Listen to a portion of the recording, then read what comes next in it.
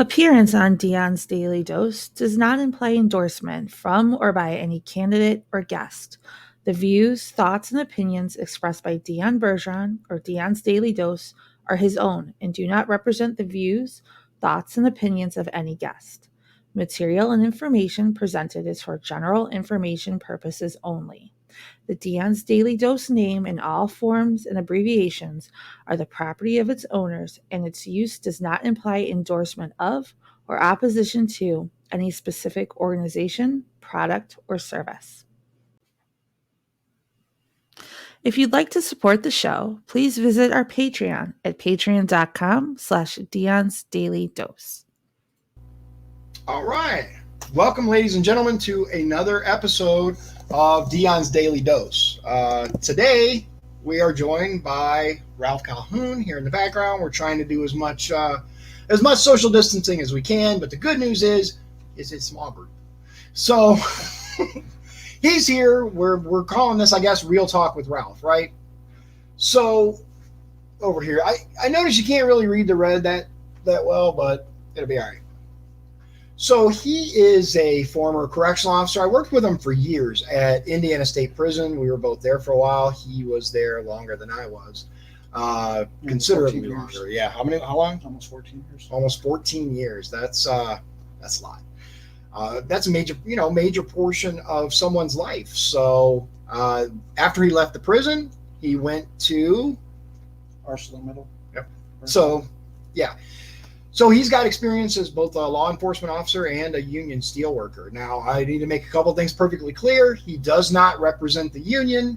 His views are his own, and he's not really going to be talking that much. He just has some hard-hitting questions that he wants answered from me, from a Leo and steel mill worker perspective. There are some important questions out there, and he gave me a sneak peek shortly before I came on, but it's not like I had a real chance to prepare anything. So this is going to be interesting. Thank you for joining us. We appreciate it. I'm going to try to direct, questions or answers to you while still addressing the viewers. So it might get kind of weird, but the floor. You don't have to look at me at all. Okay. All right. Fair enough. I will address you then. Okay. Well, first, I wanted you to let everybody know, hey, this is my area. This is where I'm going to represent. Who are you going to be representing? Okay, so yeah, District 1, is LaPorte. It's part of LaPorte County, right? It's Michigan City and northeast of Michigan City, almost up to all the way to the east, right? And then down along basically 421, right down that area, down to 30. So the west side of LaPorte County, and then all of Lake and Porter counties is District 1. Okay. What made you decide to run for Congress? Why did you? Okay, so I never really thought about running for office very much. I mean, maybe in my 20s I was like, ooh, I'm going to be president someday. Like most, especially as a young kid or teenager. But beyond that, not, right? When I saw what was happening, especially with the political climate, with all the hate and the corruption in DC, and just the vileness that's being thrown at people because they believe a certain way, like, in essence, being a Republican now, right? It's like, well, do we have someone, because Pete Visclosky announced that he was going to retire. I called the county parties and I was like, okay, what can I do? Who can I support? And their answer essentially was, well, if you know of a good candidate, let us know. And I stopped and I thought about it and I said, why not? Why not me? I have experience from all across the kind of socioeconomic spectrum, I guess. I was a correctional officer. I was a truck driver. I did real estate. And more importantly to me is I can communicate and understand people that don't agree with me politically, right? They might have what they consider or we consider to be extremely radical ideas or beliefs, But it's important to understand that these people are part of the district as well. We don't agree, like those, for example, Medicare for all. I don't believe in Medicare for all, but I don't think it's the right way to go about the problem. But I do believe that something definitively needs to be done with the healthcare system. So I can understand their desire and take that and show, okay, let's bring both sides together. I've always been kind of good at that, talking to this side and talking to this side and figuring out a way for both to work together. So ultimately I decided, you know what, why not? Let's go for it. Someone needs to. All right, so you kind of killed my second question. Okay. My second question is what makes you feel like you're that man for the job? Okay, that's what kind of experience do you have with people, with problem solving, with communicating with other different politicians? right, right. Well, I think a big part of what we need in a congressional representative here is we need to have someone who can talk to both sides. We need to have someone who can understand where, because let's face it, this has been a Democratic stronghold for 35 years under Pete, and way before that, 90 plus years since a Republican's been elected. A Republican, whoever gets past the primary, is going to have to understand that not everyone in the district is a Republican. Not that doesn't represent everything. That's why I'm a very strong constitutionalist. The Constitution applies to left and right. It's all of us. I think that that's important. I think protecting our rights is important, no matter which side of the political spectrum you land on. I've dealt with guys at Indiana State Prison for years that obviously worked alongside many of them that had very different political ideals than me. And I remember in the PDR talking politics. Oh my goodness. And it would, I'm not gonna lie, it would get frustrating, it'd be like, oh, why can't they see that? But it never degenerated in name calling or anything like that. And I think that that's important. We also need someone that is going to stand up for the beliefs and ideals of the people of the district. And that's why I say constitutionalist. I've never been a politician, and I personally see that as a plus. I see that as, we've seen what happens when career politicians get into office. It's more of the same. I think it's time for new, fresh blood. I think it's time for someone that honestly and accurately represents the district, including both sides of the political coin.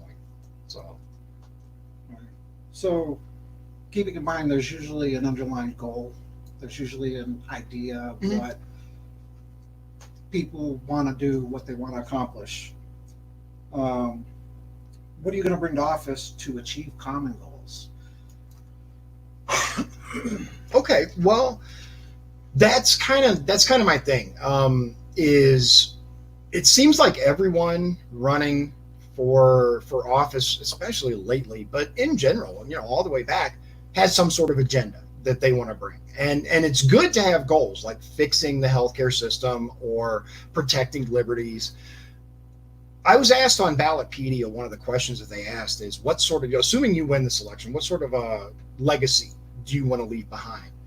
And I don't want to leave a legacy. I'm not in this to create some powerful political connection. What I would like to do is see our rights held onto. I'd like to see protection for our economy that's spiraling out of control. We need some fiscally conservative representatives in office that are willing to stand up and say, this is wrong, Madam Speaker, you're crazy, or whatever it takes to get the point across. And ultimately, I'm not afraid of doing that. Because I don't have some political dynasty to protect. I don't have this thing where I want to bring my kids into the family business of politics or anything like that. So yeah. What do you think about term limits? I think term limits are a fantastic idea. We have term limits on our president. Everyone agrees, at least the vast majority of people agree, that term limits for the president are a great idea, but they're not for Congress because the will of the voters, right? That's the only, that I found, only good and I use good. Yeah. But when you ask people, well, why shouldn't there be term limits? Well, that goes against the will of the voter. Well, then so does term limits on a president. So if it's okay for the president, which is, a fully equal branch of government, then why wouldn't we apply that to Congress? And I believe that we should. I don't think that any more than I kind of looked at it, right, and I think a decade is more than enough time. So 5 2-year terms as a House of Representatives max. That's like mega max. And the only reason I say even that long is because that's kind of how the position's set up in order to, I guess, as far as and that's another thing, like the way that the pay structure is set up for it, I don't think is right. And you need 10 years before you collect full pension or retirement, which I don't agree with either. But if you're going to set up the system that way, then you have to allow people to reach that max. And 10 years is kind of the minimum in order to get like to get vested. Yeah. Whereas with, senators, 2 6-year terms would, 12 years is more than enough. If you can accomplish something in those 12 years, then it's time to move on to different offices. Whether it's, if you want to continue in politics, go be governor, change from House of Representatives to Senate. It's not restricted to completely. Go help locally, become, mayor or state rep or something like that. But when you have the single office being held for decades, 30 plus years, the level of influence that this person wields is incredible. It really is, because you have the same person kind of setting the tone for all of these proposals, all of these backroom deals that they shouldn't have, but we all know they do. So I'm absolutely in favor of term limits. So do you think they kind of lose touch with reality? Oh, absolutely. What's going on in the world today? Yeah, that's a great question too, because we see these people. Everybody likes to pick on Nancy Pelosi because it's so just blatant, right? Her eating ice cream and talking about how she loves chocolate when millions of Americans are on unemployment, standing in front of two $24,000 refrigerators, talking to us about her priorities and bragging that she got people to shut down a bill that would help small business. That's out of touch. That's as out of touch as you can get. And look at how long she's been in office. And she's not the only one by any means. She's not, the left isn't the only one that has this. We have plenty on the right as well. Both, I'm not making this a partisan issue. This, if anything's a bipartisan problem, it's, people being in office for too long and losing touch with regular people. Because even if you start off, and some have, even if you start off as a regular, let's even call it blue collar or white collar American, you go to Congress and you start getting in that inner circle of Washington, D.C., and you forget what it's like. You are more worried about your White House dinner or, White House correspondence, sending this press release or that press release. And that's why I believe that it's so important to keep cycling new blood into the legislative system, because look, we have tons of millionaires and lawyers writing the laws for us, telling us what we have to do, not them, because it never seems to apply to them, just us. So we have tons of people making laws that have no idea, even if they started off knowing how to be us, once they're there for a while, I believe they either forget, become corrupt. Here's the thing, even if you don't attribute any negative to them, right? It's just the way it is, that after a while, you forget what it was like. Look at these rappers, for example, right? The real ones who actually started off poor, worked their way up. Once they make their millions, do you think they really, really remember what it was like to be from the ghetto, to be that poor? From the hood. Right, from the hood or the whatever you want to call it. So what do you think about the extreme left and right and extreme right, how it seems to be broken down into several factions now? It's not just Republican and Democrat anymore. Now it's, example, like the extremists. Okay. You know, so now they're calling extremists far right or far left, Yeah. or whatever. So now it's almost like we have Right. Yeah, you have like alt-right, four or different alt-left. parties, and then you got kind of the middle, you know. Right. So it's almost like there's 5 different factions. Because No. most people, I believe, stand kind of on the line, where Mhm. they're kind of like, okay, well, yeah, I believe this on this side, but I believe strong on this side, but you know, and you're kind of in between. Right. No, that's great. I mean, great question. So that's part of what's wrong, right? That's part of what's wrong today is all of this. Most of us sit in the middle, I believe. We're kind of, conservative for the most part, but there are some things that, we believe, hey, that's not such a bad idea, like better health care for everyone. Let's face it, if it wouldn't bankrupt us, I'd love to have, healthcare taken care of, don't have to worry about it. But we have to think realistically. And that's something that I believe all of us want. It's not that it's not wanted, we just need to figure out how to get there. But you see the polarization, and yeah, it's in the media, but it's also on social media. It's also in our interactions. We have family members that we can't talk to because we voted, because I got this guy in the background, right? Because I have him, I'm evil, or, any host of other names.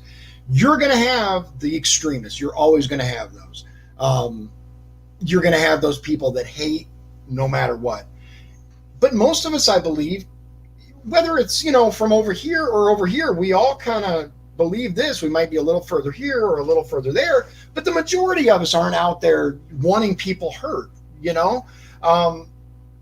it's just the media portrayal that there's so many people like that, whether it's Antifa or, the KKK, whatever, those extremes exist, sure, but they don't represent the majority, not even close. The vast majority of Americans are peace-loving, hardworking people who might have, this conservative belief that, all life is sacred, like I do. But then you have this person who believes that, okay, my body, my choice. Okay, but we all want to be able to live in a safe neighborhood. We all want our kids to be able to go to school and not get hurt, taken care of, get a decent education. We all want the same things at the center, right? The majority, I think, we agree on. It's those little things that separate us so much. And it's played on, right? It's pushed out there as if it's everything. The division is everything. When it's not. We agree far more, that I believe, than they want us to believe. We agree on far more than we divide us. Just for the people on the outside, I don't know, because I'm not looking at it from any kind of political level. Right. What you hear on the news, it just seems like there's a lot of people out there that are trying to divide factions. Oh, yeah. Oh, and absolutely. That is create hate between whites and African Americans and Hispanics, and just kind of bunch everybody up in their own little group. So there's all these different factions instead of just Americans. Right. And that's another thing, too. Remember, we used to just refer to ourselves as Americans, right? Just across the board, yep, I'm an American. And then labels started getting more and more and more in use. And it started a long time ago. It's not a recent phenomenon. They used to, like Italian Americans, when they first came here, when Italians first, immigrated here, they were treated horribly, right? Same thing with many other, groups or factions, whatever you want to call it. They came here, they were treated horribly, and then they integrated. And they became, faction, for lack of a better term. I don't know what to call it. You're from Italy, you're an Italian, but they came here, they were treated, terribly in many, many cases, not always, but in many cases. And so they developed kind of an identity as an Italian American rather than an American, because they weren't welcome with open arms. And I think that's kind of where that started from, and it just kind of took off. I like to think of all of us as just Americans, wherever you came from, whatever your heritage, we're just Americans. And that's kind of why, one of the big reasons why I'm a Republican, is I believe everyone is equal, all of us. Until and unless you break some laws or hurt somebody, leave my stuff alone. Don't hurt me. Yeah, yeah. We're all Americans. We're all equal, and we should all be treated equally. That's kind of the foundation of being a Republican to me, is equality across the board. Stop, victim shaming and identification politics. Just be an American. I don't remember ever running around saying, "Hey, I'm Scotch American." Right? Yeah, I'm Cajun American. I'm French American. I'm just an American. I joked a little. I said I think I'm the first Cajun to run for office. To run for Congress in Indiana. I just identify as an American. I don't try to separate myself. That's a division tactic. I really believe that. It's a division tactic. Like you said, there are those groups, absolutely, that want to divide us. They want us to not agree on things. They want us to be at each other's throats, because then we can't focus on what's really going on. We can't look at what they're doing if we're busy fighting each other. And that's really what it comes down to, I think, is smoke screen. Yeah, absolutely. The more they can keep us at each other's throats, the more they can get away with. Okay, so back to the third question. Mm-hmm. Kind of got off of there a little bit. So that was about there's always the underlying goal. What are you going to bring to office to achieve common goals? Now, but what about the desire of the people? How are you going to integrate that with what you got? Right. No. So, like, let's say the affordable health care. Okay. Right. Mm-hmm. That was kind of a common goal. Everybody wants insurance. Everybody wants it all to work out and be good. Right. So you got people down at the bottom of the list, the worker. Right. That's like, wait a minute, this isn't going to work, because I'm going to end up having to pay a lot more than I'm not going to be able to afford it. I'm not going to be able to afford a family plan or whatever. Yeah. So how would you balance that when the common goal is get everybody insurance, but you have the people that you're representing saying, "Hey, dude, we can't do this." Right. No, that's a great question. So the way I look at it is I've told my stance before on healthcare, but the important thing that I really want people to understand is I'm open to better ideas that aren't going to put the burden on the worker, the bottom of the pyramid, right? I talked about the pyramid where you have, the people at the top, the super wealthy, the ones who, make the decisions, as it were. And at the bottom of the pyramid are the worker drones. If we adopt a system like Medicare for All, that in my opinion, unfairly puts the burden onto the middle class, the working class, that's not a good thing. I believe in full price tag transparency and integration of the system like the prison used, the deductible security. Was it perfect? No, it wasn't. Remember we used to have awesome insurance. Yeah, with the card, we used to have amazing health insurance at the prison, amazing. And then Mitch Daniels came in and threw a hand grenade, right? The knife. Yeah, blew up the union, messed up our health insurance. That said, when they integrated the health, when they started doing the health savings accounts and all of that, it took a bit. At first I was like, I don't know, man, this sucks compared to the other. But the price difference, it actually made it affordable. And once you work it out down the line, I think it's our best option, because it keeps private insurance intact. And that's actually what drives all the innovation that we have for new medications, for new treatments, for medical technology. None of these things would exist under a Medicare for All system, because Medicare pays very, very little when it comes to doctors. They've run reports. The number of doctors would decrease dramatically. Lines. We know what happens with that in other countries. Look, we're seeing the effects of socialized medicine in other countries right now with the pandemic. They're overwhelmed. They're deciding, these people don't deserve to live, but these people do. These people that are old, we pull the plug on them. They don't matter. I'm not for any system that's going to determine whether you live or die based on, your age or value to the collective, because that's what it is. They rate your value to the collective. Once you're, 80 plus years old, you're not useful. Then it came down to, 70-year-old because we need this, or 60-year-old because we still need these machines. I believe, Paul said you believe in human rights, and that's exactly right. I believe all of us are equal. I don't believe there's one group or class or age group that's more important or less important than anyone else. Okay. So you kind of, you went off on the insurance because that's what I used as the example. Right. Okay. Okay. So, but the question was more of, right. Sorry. How are you going to represent everyone? Represent your people and balance it to achieve this common goal? Right. Well, I think the important thing whenever you're talking about, especially such an issue like healthcare, you have to look at who's going to be affected by this. One of the things that I like to judge legislation by is imagining that I am the lowest rung of the ladder on who this is going to influence, right? So let's say healthcare, insurance, gun rights, whatever. I imagine that I'm the least worthy out of all the things that this could possibly affect. And then I go, how does that make me feel? Right? Is it worth it to be unduly to be the burden, as it were, or to carry the burden for other people?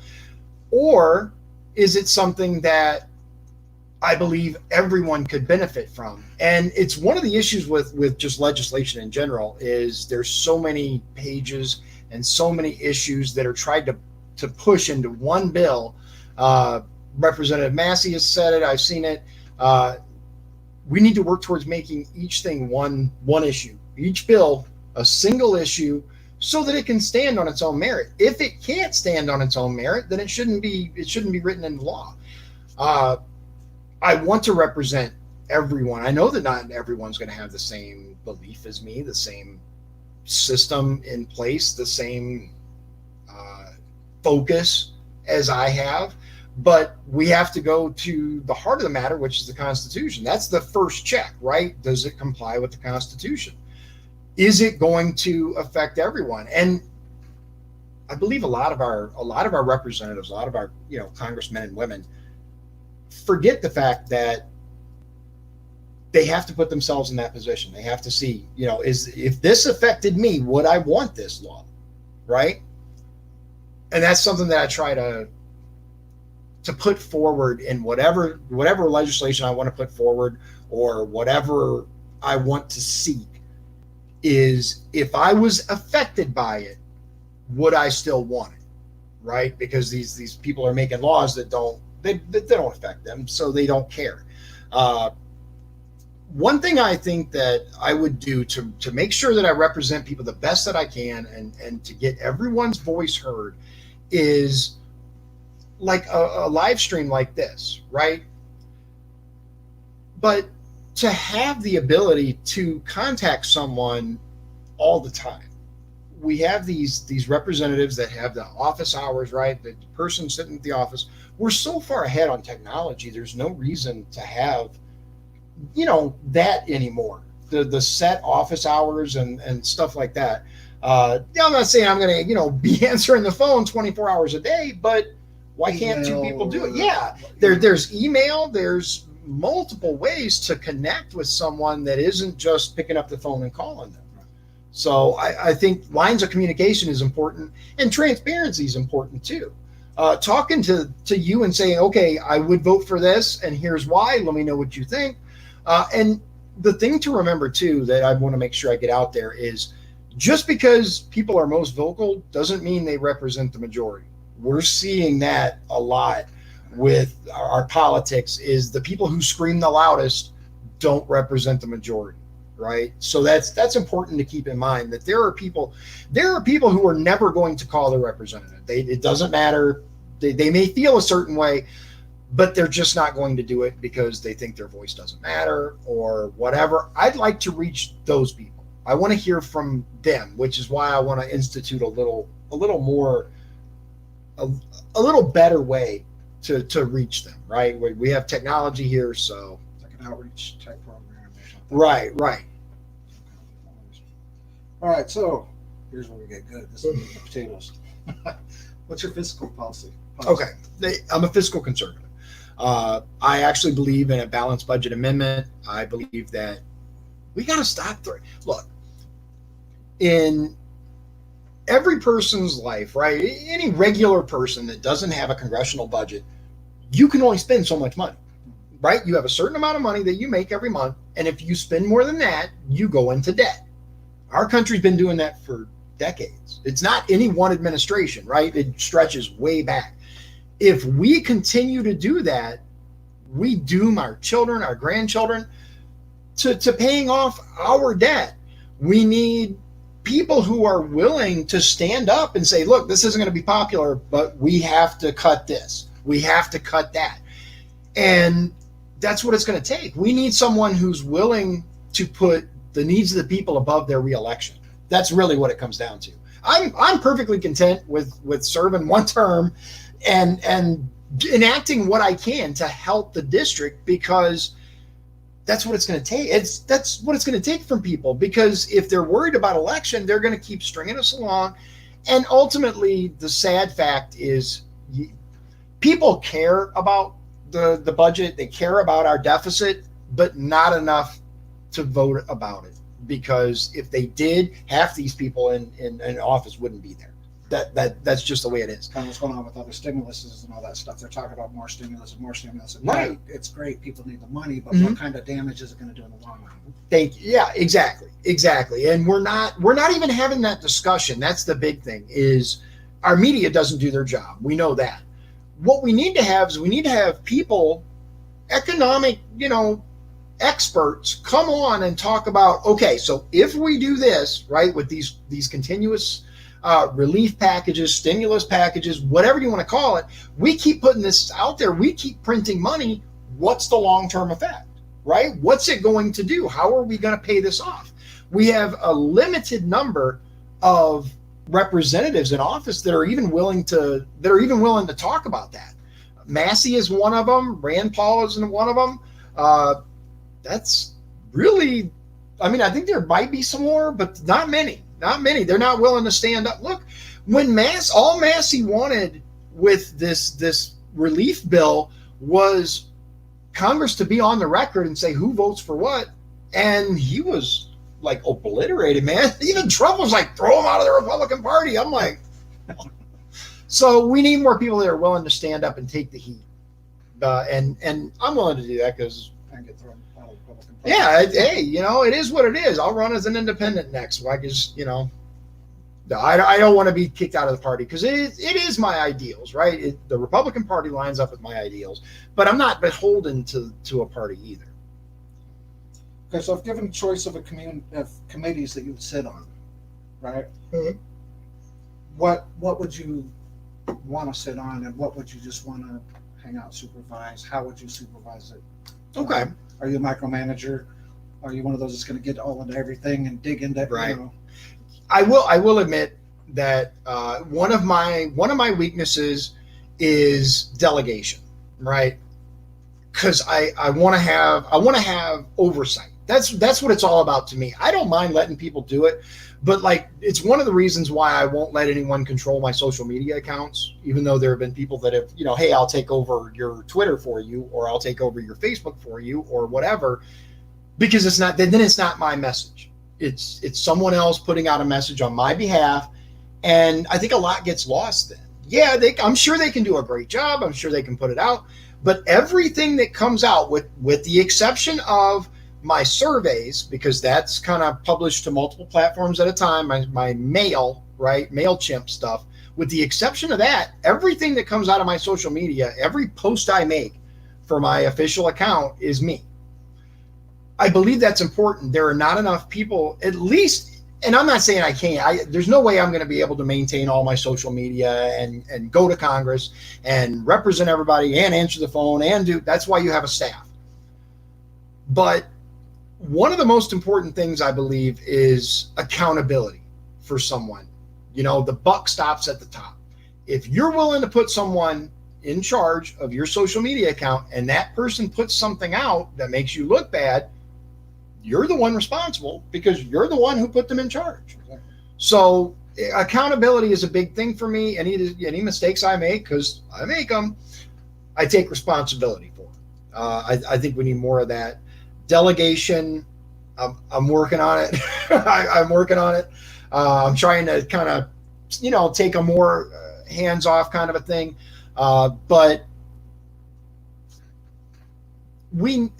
as far as committees go, I'd really like to do science, like space, and science and technology. I think that'd be awesome. But budget, I'd like to be on the budget committee simply because of oversight, right? Because someone has to do something about this ridiculousness.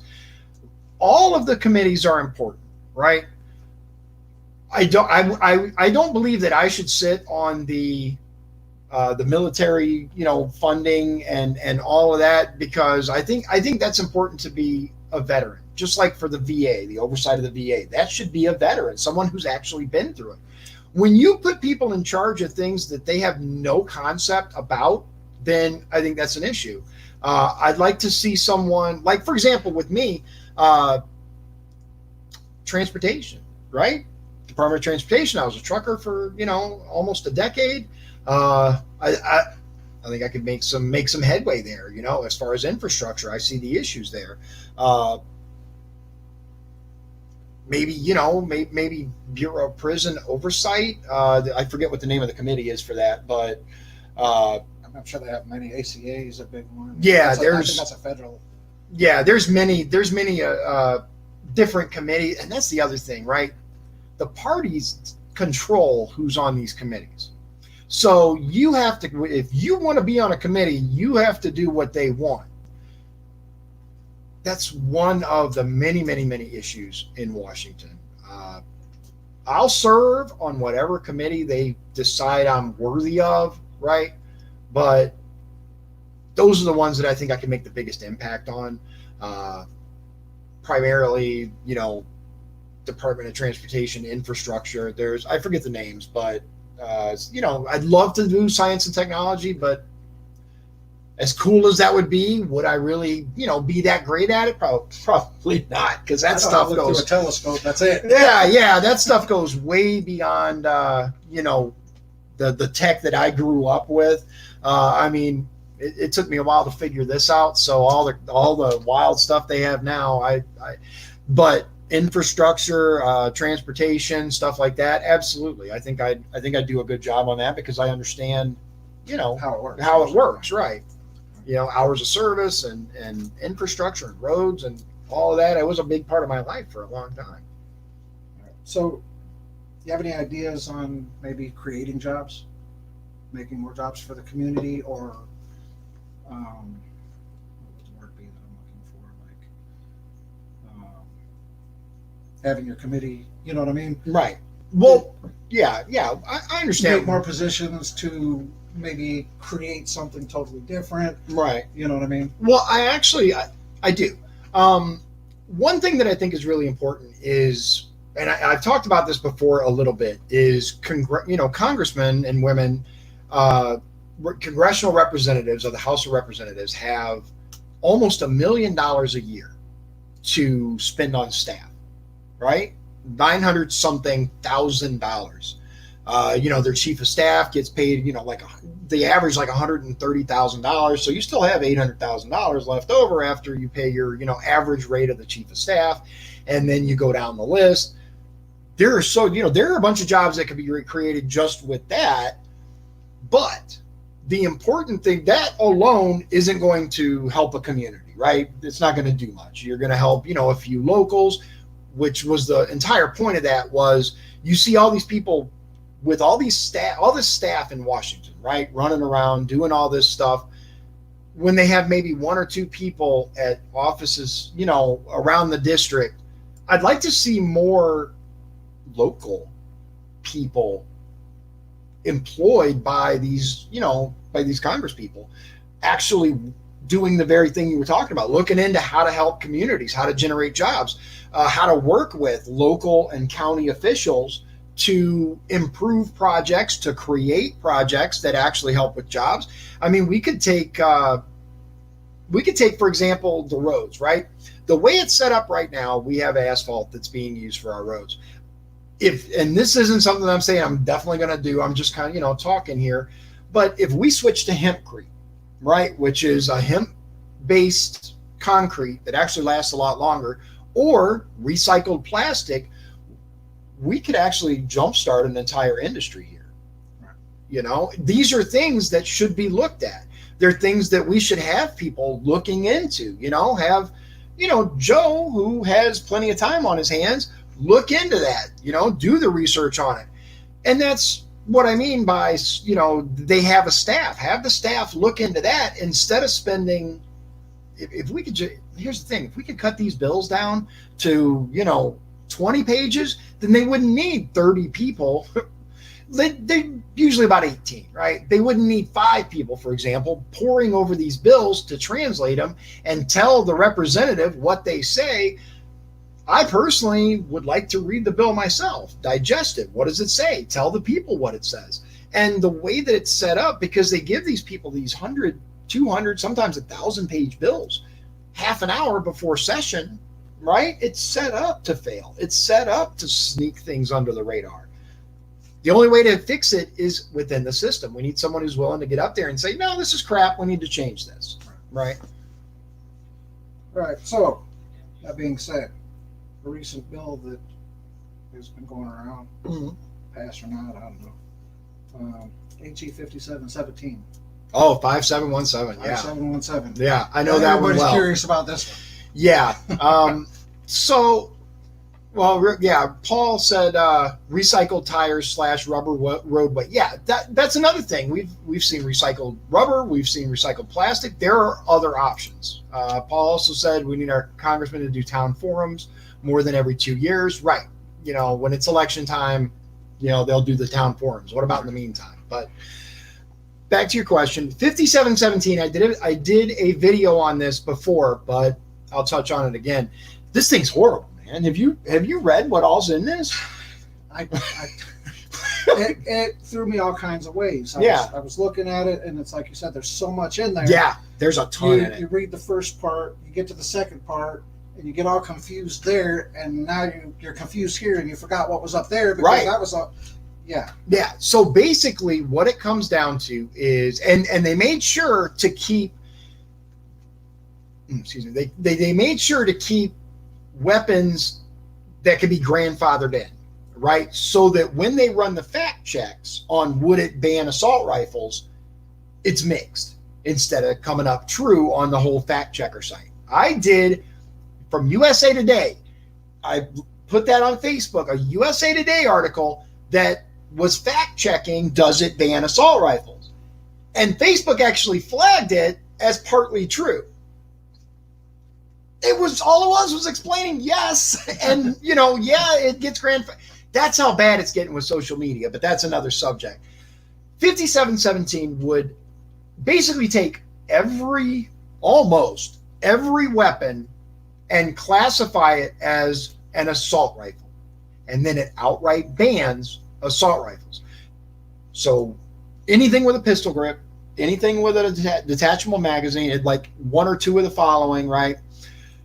A huge list of weapons. And then at the very end, it also introduces a 50% tax on ammunition. I think it's 50% tax on ammunition and a 30% tax on weapons. Yeah, it's either one way or the other. Yeah, one or the other. I'm not 100% on which way it is, but I believe it's a 50% on ammunition. It's 50% on. I think it's on ammo, just across the top before you figure sales tax or anything else. 50% tax on all ammo across the board, everything. Mm-hmm. And then I want to say 25 or 30, I think it's 30% tax on all firearm purchases across the board, everything. It would require a federal firearms license to even buy a gun. It would basically take the Second Amendment and just set it on fire. Done. And I would not only would I not support that bill, I would be extremely verbal, telling people to call your representatives that aren't in my area, because dang sure not going to be vote for it. extreme right then, right? Well, I mean, I won't say that I'd be extreme right, but I would be a constitutionalist because it attacks the Second Amendment. You've seen my truck. You know the Second Amendment's important to me. I have it right on the back of my truck because it protects all the other rights. Once they can take the Second Amendment away, the rest of them are prime targets for getting out of there. Well, I think that if they get any amendment, Yeah. it'll set up for, well, we'll just use the same way we got this one. Right. Well, it takes little pieces. Everything's a little tiny piece, right?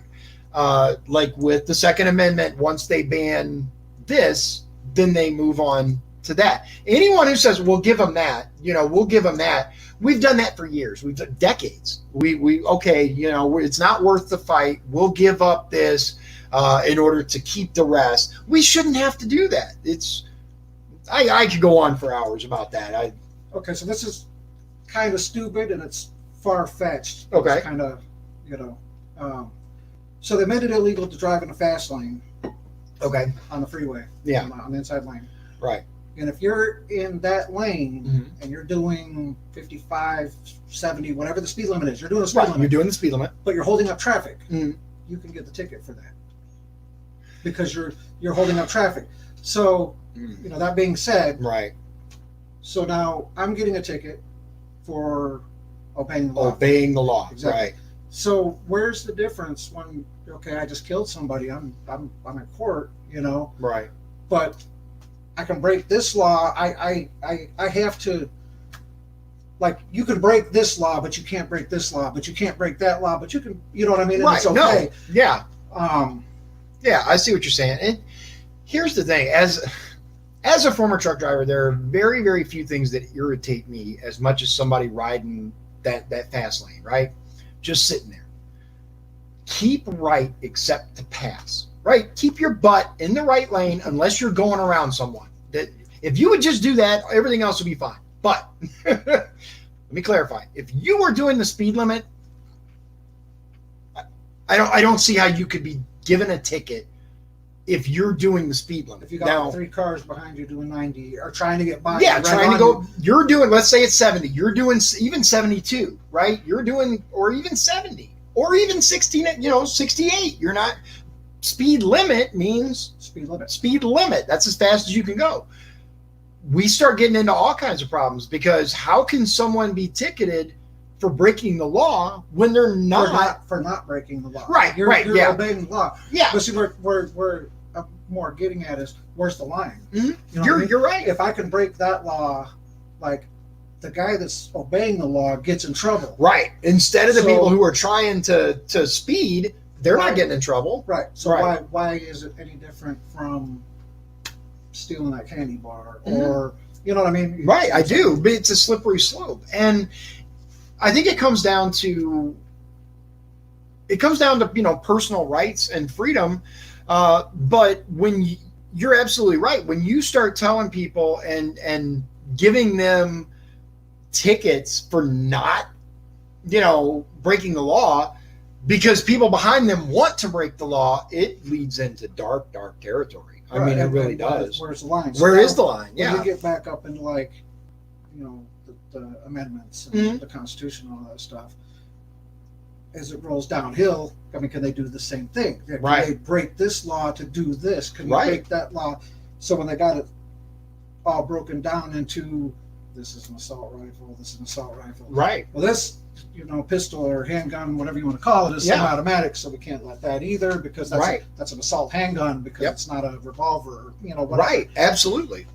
That's what 5717 tries to do, is basically qualify anything. And I want to be very clear, because 5717 would, as of right now, there's no official definition of an assault rifle or assault weapon, right? It's a made up term. There's no official recognized term for it. If 5717 passes, it will lock in what an assault weapon or assault rifle is. And that's why it's so horrible for the Second Amendment, because the last line of it, I actually did a quick breakdown on Twitter of it.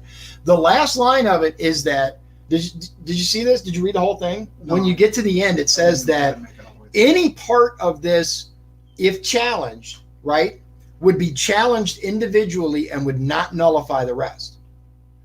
What that means is that if this thing passed, in order to get our Second Amendment back, we would have to pick apart this thing in probably hundreds of court cases. It would take forever.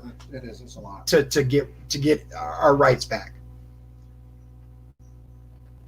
And okay, so Jack, hold on. Jack wants to say from the Indiana State Police, this is in no way encouraging people to speed. Those speeders are definitely in violation also. He's talking about the fast lane stuff. Vehicles all travel at different speeds. It was put in place to keep left lane drivers or the family 10 cars back from getting run over by faster traffic while in the left lane. Yeah, I know why it was put there. And again, as a former truck driver, I got a lead foot. I really do. I'm a speeder. But you can't get all crazy at someone because they're obeying the law. Like, I understand why they put it into place. I just don't agree with it. I totally get it. I do. I understand it's like a safety thing for the people. It is, yeah. I just don't understand how the person that is actually doing the right thing can actually get the ticket and get the citation for it, get in trouble. Right, exactly. When the person that's doing wrong, it's like, okay, we'll let them go. We'll give this guy, you know what I mean? Yeah. Oh, absolutely. So, like you said, it's a heck of a slippery slope. But there. I was just kind of comparing to picking stuff apart. Right. So if they can use that, you know what I mean? Right. Could they pick absolutely. Apart the Second Amendment with the bill. Right. Picking it apart here and there, and just use the whole. Well, it's okay to break that law, so why can't we break this law? As like a, you know what I mean? Because you hear court cases all the time, and people be like, "Well, back in 1978, Johnson versus whatever. Right. This is what was decided, so that's how we got to go, and that's because it was decided then, so that's how we're going to decide now." Right. Absolutely. Yeah. Precedent. It sets precedent, and that's kind of what drives the whole legal system now. Once a case is decided, and like he says, I don't agree with it. However, Indiana has defended itself many times with Indiana has the right to keep its citizens safe on its highways. I knew what you meant. So it sets the precedent. So then, in this case, Indiana has the right to keep its citizens safe by enforcing what some would consider to be government overreach. If you're ticketing people for obeying the law, it's a slippery slope. That's one that I do it. What's his name, Jack? Yeah, Jack. I totally understand it. It does keep people safe. I'm sure people don't get hit from behind as much. They get out of the way. Right. I totally get the law. Yeah, I understand it. I just think it might create some issues. Yeah, it's just the circular effect of it. But somebody saying, okay, well, I did this, but now they're in court for something else. But you can break that law, but you can't break this law. Now you gotta break it down to me so I can understand what laws I can and can't break. Right. You know what? That's a fantastic point, because look, it all comes down to, and this is something I was talking about before with the states, right? State rights. I'm a big believer in states' rights. That said, us on the right, we want to complain about sanctuary cities, right? We want to say, no, you can't have that because federal law prohibits it. But people are okay with having states that are legalizing marijuana, even though it's federally still illegal, right? It's a slippery slope. When we start letting states go against federal law, instead of having people who are willing to go, federally and go, okay, obviously this whole thing isn't working. We need to change the law, like change our immigration policies because there are real issues there, or, federally remove it from the controlled substance list because there are medical applications that the VA could utilize. Instead of doing that, the states go their own way, and then we have a big issue. It's two sides of the same coin, but it comes down to whether you believe federal law is kind of the oversight, or whether state law. I'm a big believer in states' rights, but I think we need to. Yeah, I mean, yeah. We're like our own little country here. Leave us alone. Right, exactly. All right, so I read an article, and you know how you never know what you're getting when you read these articles that come across the internet. I tried to look into it the best that I could, and the best that I could was, I believe, Clark County, Nevada. Okay. The county suspended all the union contracts. I read about that a little bit. Yeah, I saw the one article, but I was waiting for it to get picked up. Yeah, right? I haven't. I read it on the one that I think I sent it to you. Yeah. But then I went deeper into it, and there was an article where it said it gave but it was the manager. It's not like it's not like a representative. Right. It was an appointed manager that she did that. She suspended all the union contracts, saying that, well, we need to make changes fast. We need to get distance in between these people. We need to do this, and we can't do that with this contract, the way the languages and all that. Right. What do you think about that? What's your stance on union contracts and collective bargaining and all that good stuff? Well, I was going to bring it up, but you guys can Google it, I'm sure.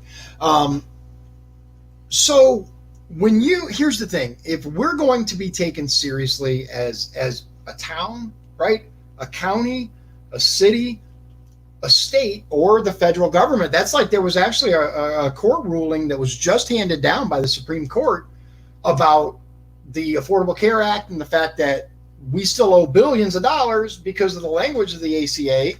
And I think Fox News ran with it. I read it earlier. I don't have the link. But it comes down to, in order to be taken seriously, we have to keep our agreements. We made those agreements in good faith. Yes, no one could have foreseen this, even though, well, we're not going to go down that rabbit hole, but. And I'm not getting too far into it either. I was just, right. As a basic. Yeah, no. Basic whole. Right. As far as look, I'm a strong believer in labor.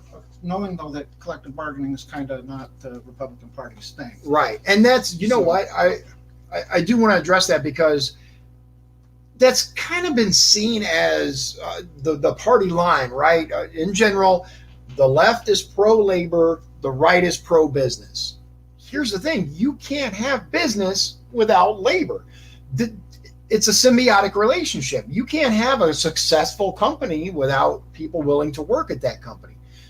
They work together. They feed each other. I'm a firm believer in, businesses. I'm a firm believer in labor.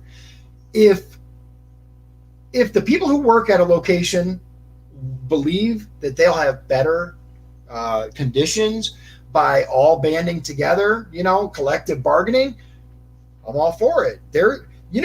It's funny because I didn't know that much about unions. I've been a part of a union, but when I ran for this office, and I started talking to, for example, the USW, and all of the questions that were on the questionnaire, I started looking into it and doing my research, and it really bothered me how many businesses violate the law when it comes to stopping collective bargaining. Right? Amazon blatantly violates the law, and we know it, right?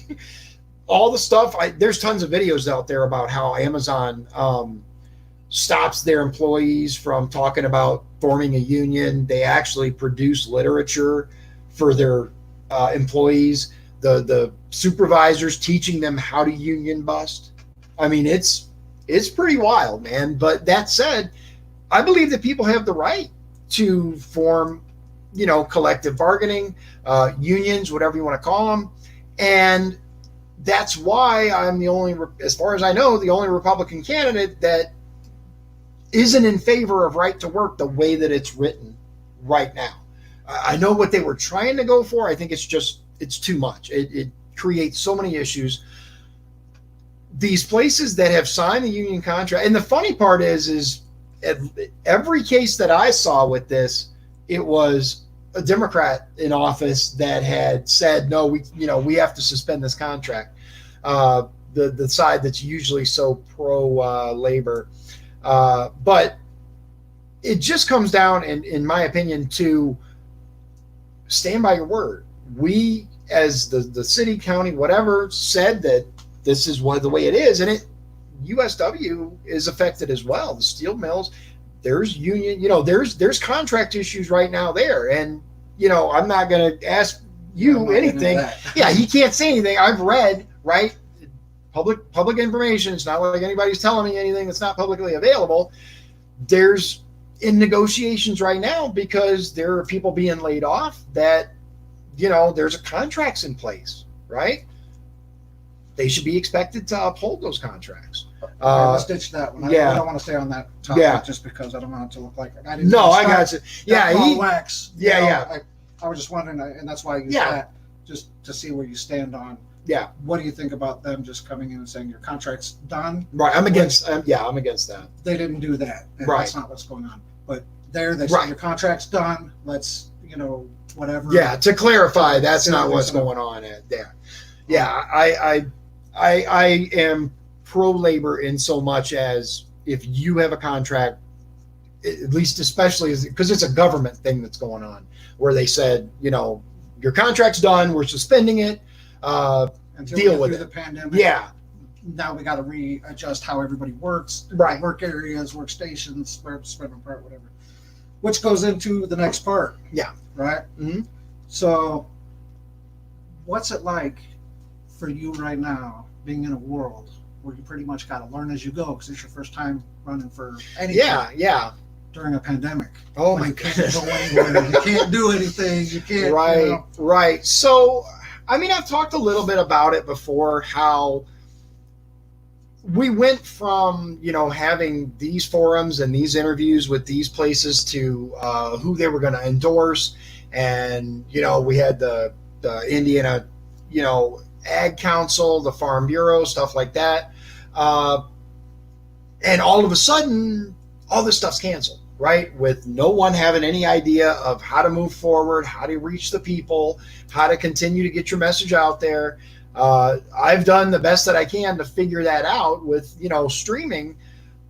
But ultimately, I'd much rather be knocking on doors and meeting the people. I never really thought about being a podcast host. I wanted to be, a congressman. I wanted to represent the people. But just kind of learning on the fly, running for office. Before this whole pandemic thing, it was one of those situations where, oh wow, number one, there's a lot to this, right? And I knew there was a lot, but I didn't realize how much there is to it. Not just with the swamp that we know is in place, but the backroom deals and well, if you toe the party line, we'll make sure that you get this or that. You scratch my back, I'll scratch yours. It's ridiculous. And then we have, some situations where, and that's even happening at your level. Oh yeah. Oh, absolutely. Yeah, absolutely. One of the first things, I'm going to say a statement, but I'm not going to go into any more detail until the primary's over. Right. The first thing that happened to me when I declared was I got shaken down.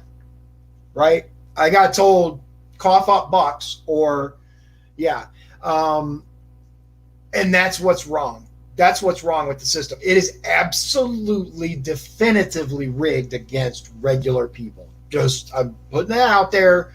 We know that, but it's way worse than anybody thinks. It is absolutely, if you're not seal of approval, you're not getting the invites, you're not getting the backing, you're going to get left out in the cold. And here's my thing, I'm glad, right? I don't want to owe anyone any favors. I'm running because I believe that we need people that will run and say, I'm not doing that, right? But it's been interesting. So you haven't had to make a lot of pancakes or a lot of plates of spaghetti. Right. Yeah, I was prepared, right? I was prepared for the pancake breakfast. I went to a couple. I was ready for the fish fries and the various dinners and all the fundraising fun, right? I was ready for all of that. I had it all. I'm like, okay, we're gonna do this and this and this. We're gonna have this cool fundraiser at. Okay, now stop. Your 90-second speech. Come on, spit it out. Oh, gee. Okay, so right, yeah. You got to have the 90-second. You got to have the third. Well, the 30-second, the 90-second, the 3-minute, and then the 5-minute. 3-minute nothing. Just, right. You could give me the 90-second. Okay, you want to hear the 90-second? I never heard the 90-second speech. Okay, all right. So my name is Dion Bergeron. I live in Michigan City, Indiana. I'm not a politician. I'm a former truck driver, former correctional officer. I've been to 48 of 50 states, and we need to step up. We need to stand up. We need to elect regular people into office to represent us locally, but especially in Washington, D.C. We can look at Washington and tell that it's broken. It's absolutely broken. And the only way to fix what's wrong is from the inside. The only way to fix a system is from the inside. Good. So now back to the pandemic. I just want to throw you off and right. see. No, that's what it's about, just right? A spot check. I got you. So, what advice would you have given the governor if given a chance when it came down to the way this was handled, the way the pandemic was handled? Right. So here's what I think part of the big problem is in today's political structure, and it goes back to what I was talking about earlier. We have people who are more worried about re-election than they are doing what's best, right? The level of transparency that we've seen is pathetic. I mean, not just from Holcomb, but in general. These daily briefings, I don't think Holcomb is an absolutely abysmal governor like some people do. I don't know why this thing keeps shaking. But because your leg. Yeah. I was like, what's going on here? Sorry, man. No, it's okay. I do it too, right? Yeah, no, I do it too. It's my first time doing this. So right. I'm no Anderson Cooper. Right. Oh my God. Yeah. So here's the thing. When you approach it from a perspective where you're more worried about those votes than you are about protecting people's rights, then I think that kind of attacks what's wrong with the political system in and of itself. And it's why I'm pretty sure I'm going to be a one-termer, assuming I get elected. I mean, but here's the thing. People determine that. This might do it for you. Yeah. A lot of people are saying that it's against the Bill of Rights to lock me down. Yeah. So you have a 50-50. You have people saying, stay home because I don't want to get sick. Right. Then you got another side saying, I want to go to work so I can pay my bills. Right. You stay home if you don't want to get sick. Right. Let me go to work. Yeah. Where do you balance that at? That you know what? I mean? How do you? That's a great question. Here's the thing. It all comes down to personal freedoms, right? And there are, for one thing, we're in a position now where we can look at the data, right? And we can say this wasn't as bad as they said it would be. There are far less, because they were projecting millions of people dead. At first, yes. At first, right? They were saying, we're looking at, 2 million people dead. We're looking at, all this. Now, we know that those projections are way off. This is a new thing because it's like we were talking earlier, and now they're saying that coronavirus is a cold. If you get the coronavirus, okay, I'm good. It's not necessarily going to turn into COVID-19, which is the disease that's making people very sick. Right. So, I mean, again, you got the one at home talking about, well, I'm a little bit older. I don't want to get it. Right. You have to stay home so I don't get sick. Yeah. Right. It's like, but wait a minute, you're older. Right. Maybe you're retired. You got your pension coming in. You got Social Security coming in. You got all that. But then there's somebody like me. I'm a worker bee. Right. I got a house payment. I got a car payment. Now they'll forgive if I'm late, but that doesn't mean I'm not going to have to pay it. Well, so as soon as we get back to work, maybe 2 months, 3 months, they're going to be like, okay, well, you didn't pay for that 3 months. I'm not sticking it on the end. You need to pay it now. Right. All of a sudden, yeah. There have been several articles that have been written, in the news about, okay, so what do we do, right? There are people that are off of work and they're collecting unemployment. Great.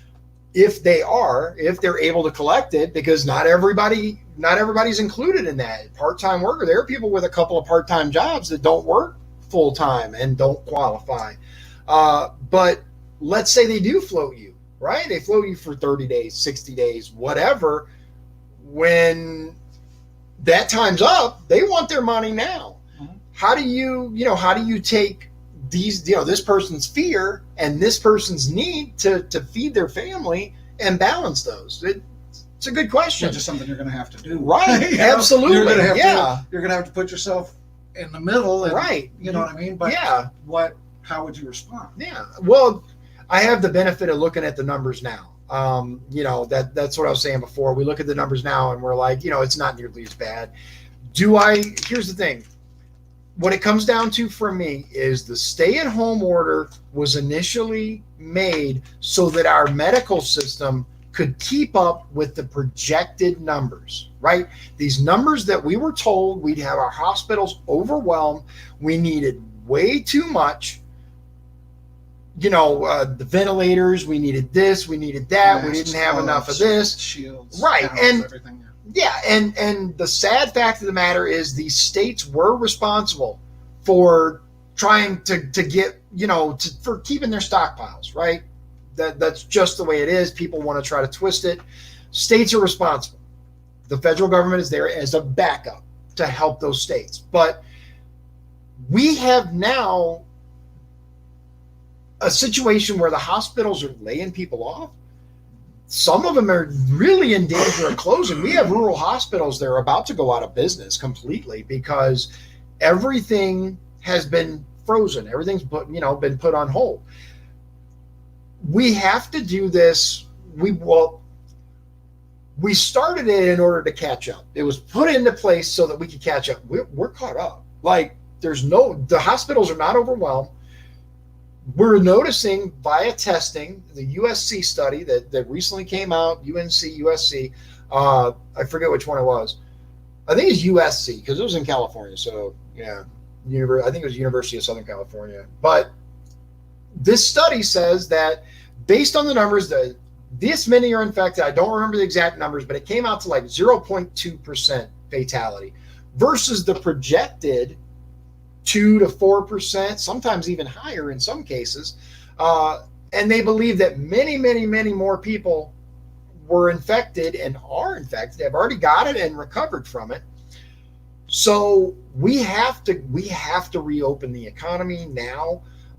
We should absolutely let people know, hey, if you don't feel safe, especially, immunocompromised people that have, lung issues, underlying health conditions, because that's who it's fatal to, right? That's the people most at risk. So now would they run into a problem like, well, you can go back to work, but you're choosing not to, so now we're not going to give you unemployment? That's a really good question. And the company's saying, well, we're not going to pay you because you're not coming to work. Right. So. Right. That's the only type of legislation that I could see being necessary to come into play. Now, they're going to jump on the bandwagon and say, then you're going to go to those people that claim, to have underlying conditions or whatever because they don't want to work. Or claim that they're scared. Or claim that they're afraid just so they can sit at home. I can see that happening. Yeah. So can I. What it comes down to is, in any situation, you're going to have people that are going to abuse the system. That's just the way it is. There's nothing that we can do other than try to incorporate some checks and balances into it, right? Try to say, okay, well, if you are at risk, especially underlying conditions are easily proven. If they've already been to the doctor, if it's documented, right? If they have, pneumonia or something else, if they have a compromised immune system, especially, that's easily proven. But just, if you're scared, stay home. Yeah, I mean, that's what it comes down to, because here's the thing. If you're in favor of the entire economy staying shut down because you're afraid, right? Then you are making the choice to affect other people's lives for your belief, want, desire, fear, whatever you want to call it. So then, in that case, if it becomes necessary to reopen the economy, which I believe it is, then you have to be willing to accept the effects of that if you are not willing to participate. I said underlying health conditions is a different story, but if you're just like, oh, the safety measures put into place, masks, gloves, social distancing is not enough for me, I want to stay home, that's a risk. I mean, ultimately, that's what it comes down to. Just like it's a risk when you go and get in your car and drive to work. Auto accidents happen every day. We don't shut down the economy for things like that. So the people screaming that this is against the Bill of Rights. You have the Bill of Rights, and you can't be like locked down. What would you say to them? Here's the thing: is I think there should it be is. something. So, mean, we're talking about the union contract in Nevada. They have something in their emergency plans or whatever that gives them the power to do that. Right. So when we need to make adjustments, we can shut it down. We'll cooperate. Yeah. But we have to do what we have to do. When we're in a state of emergency, we're going to shut you down and we're going to do what we have to do. Right. So now in this case where you got people saying, well, this is against the Bill of Rights, you can't keep me home. Then you got people saying, well, you can't go to work because I don't want to get sick. Right. You know what I mean? Is there something in place with the state that you're aware of? I mean, I know that you probably don't know all the ins and outs, but is there something in place that says, okay, the state can declare a state of emergency, state of disaster, so we're going to go ahead and lock you all down, and you're going to, lock down, because we're still allowed to go to the store, do essential stuff. Right. I'm probably going to get ticketed on my way home because this is probably not considered essential. But well, listen, I'm going to tell you, no. That's a good point, because Michigan City, as far as I know, still has the curfew. The curfew in place, right? Michigan City Police Department, LaPorte County has already stated on record they are not pulling people over for being out. Right. However, if you get in trouble for something else, they will happily add that charge on, and have I see several occasions. It's added onto like DUI. Yeah, it's usually a DUI or something, and it's just call it what you want, stacking charges, whatever. There have been multiple challenges to the various governors' stay-at-home orders. I don't know that I would have, made some of the decisions that the governor has made in this case. I'm a firm believer in, personal liberty and freedom. I expect a lot of lawsuits. I expect a whole lot of lawsuits after this is over. If the governor said, "Hey, Dion, right, what do you think I should do?" Right. What would you tell him? For one thing, I've watched Governor Holcomb's live streams, and the man is an expert at talking for a long time and saying not much. For one, just be straight. Just be straight with people. I think that's probably the biggest piece. And I understand I'm not a politician. I'm not in the circle. I'm not trying to, hedge my bets. But I think the population would respond much better to, look, here's what we're trying to do. We're planning on opening up on this day, but we don't know if we're going to extend it yet because all the numbers are not in. Here's the numbers. Here's what we're thinking. That's the way it is. My personal advice is let Indiana get back to work, man. We have factories all over the place that are laying people off, that are putting people on furlough, that sometimes in some cases are firing people and shutting their doors because there's no way they're going to survive. Not just factories, but small businesses. I got a buddy who works in South Bend. They make car parts for GM. They make engine parts. And when GM started idling down, that was it, because everything's such a just-in-time, production. Things are so reliant on each other. So this place, probably gets steel from the steel mills here. I'll have to ask them. I don't know for sure, but definitely gets, some type of metal, crafts it with machines into the parts that are needed, then ships those parts to GM for their engines, right? Or puts them together for engines or whatever. So when GM started making ventilators instead of engines, it came down to that plant getting shut down. And then since that plant doesn't need steel, the steel mill starts, reducing their production. And we've got all this stuff that's piling up because our economy is so interdependent on every other business. And it really comes down to, do you want to stay at home scared and afraid, or do you want to get back to life because life has risk? I'm sorry. I don't want anyone to be hurt. I don't want anyone to perish. I don't. But a virus is a virus. It's But going to be here. a It's virus, not going anywhere. yeah, It's gonna, you're not going to cure a virus. There is no cure for it. It's not going to happen. We've had viruses here for, the entire time we've been here. We have viruses here now. Some that are, some are worse than this one as far as, rates go. There were millions of people with H1N1 that was ugly. It was horrible. It was horrible. Oh man, that was bad. And we're not even close to, shutdowns and you're right. We weren't even close to this then. So I don't think, did we even shut down? no, I don't even think we did anything, did we? Other than, talk remember. about it a lot. Well, not even a lot because the Whoa. press were so nice. The press was so nice to the administration.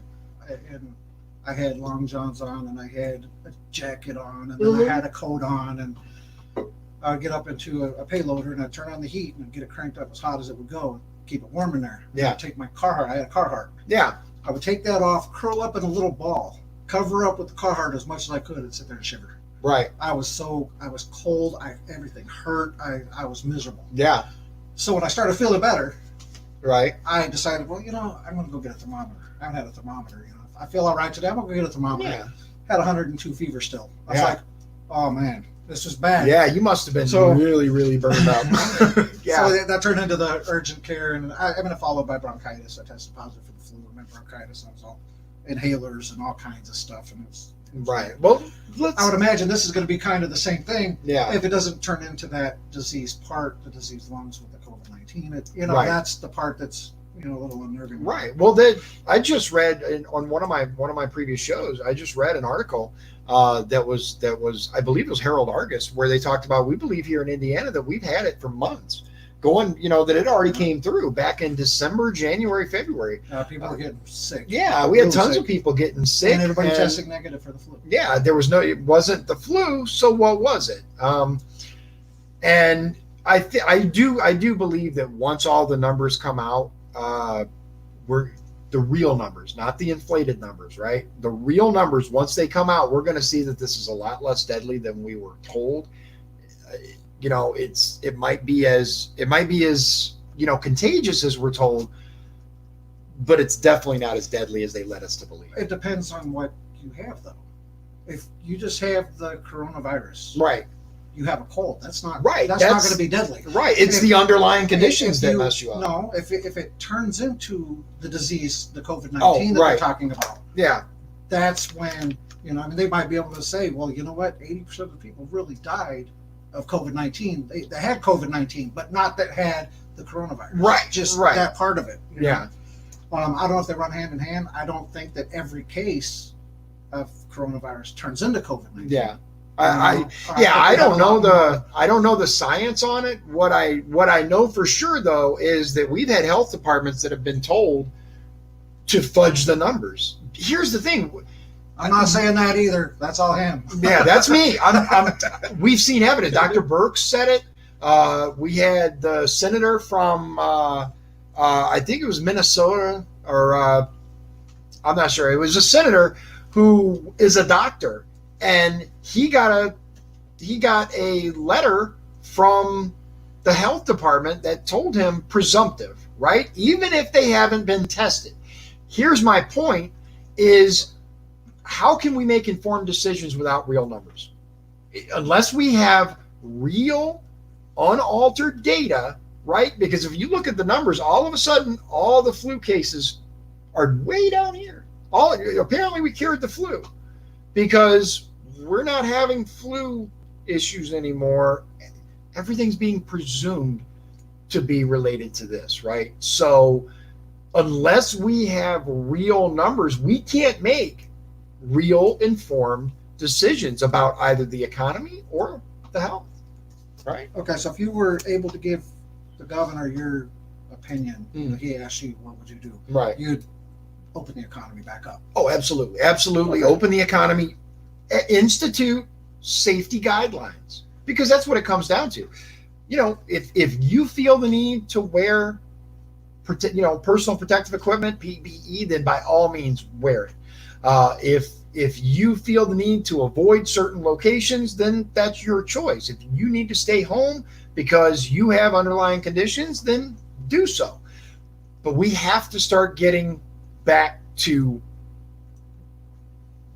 good. Back to normal. Yeah, back to normal. I don't even know if it's going to be back to normal, but at least start gearing back up, because the way it sits right now, we're just circling the drain. Well, it kind of seems to me that if something don't happen soon, that people are just going to start doing it. Oh yeah. Oh, absolutely. So my son actually was talking about that. The 17-year-old who he works at McDonald's. He's like, we're seeing more and more people that are like, okay, this is enough, and they'll talk through the window. I mean, it's going to be everyday life. It's going to be here, and there's nothing that anybody can do about it. Right. So, that being said, Mhm. how do you keep the peace? So you got, say, people inside the prisons. Yeah. Westville has their COVID unit. You got inmates calling home. Yeah. Mom, this is jacked up. Mom's calling Congress. Yeah. Mom's down there with the sign saying, let my people go. Right. Yeah. How would you approach that? How would you deal with that? That, again, great question. Again, in my opinion, it comes down to transparency. I think all government agencies in general would have a lot less issues if they just be honest up front. There's not enough testing at the facilities, right? They need to acquire more testing. Do more testing.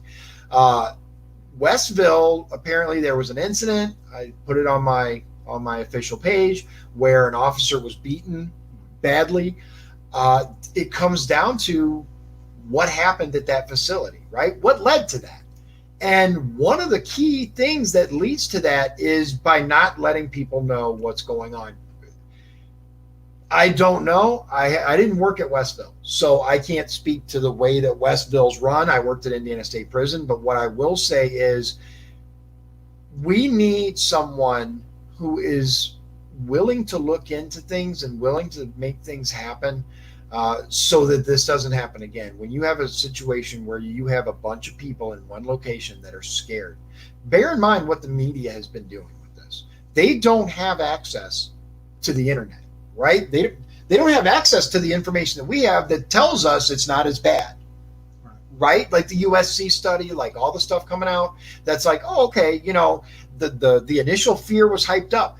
Imagine being in a, Westville's different. It's a dorm style. It's not as, max security as ISP is. But imagine being in a prison, it's still a prison, and hearing all the things on CNN, MSNBC, the way that the fear porn that they're pushing, and being with all these other people who are hearing the same things you are, it's a powder keg. But don't have access to anywhere near as much. So it's right. Probably a lot of the fear of the unknown. Oh, absolutely. Absolutely. They're being told, remember, they're being told by the media that we're, especially at the beginning, millions of deaths. My understanding, reading the article, and I've been told that the article is not 100% accurate. I don't know. I can't speak to the accuracy of the article. What I do know is that according to the article, they're shutting the TVs off when the news is on. They were not letting offenders listen to the news. They're not letting them contact, home or any of that stuff. Not letting them call home or anything? That's what the article, yeah. I didn't know that. Yeah, I didn't either until I read the article. And I might be wrong on that. What I do know is that it's a very fear-rich environment there. They're definitively, according to the article, again, they're turning off the TV. They're not giving these guys any information. And the people that were given PPE,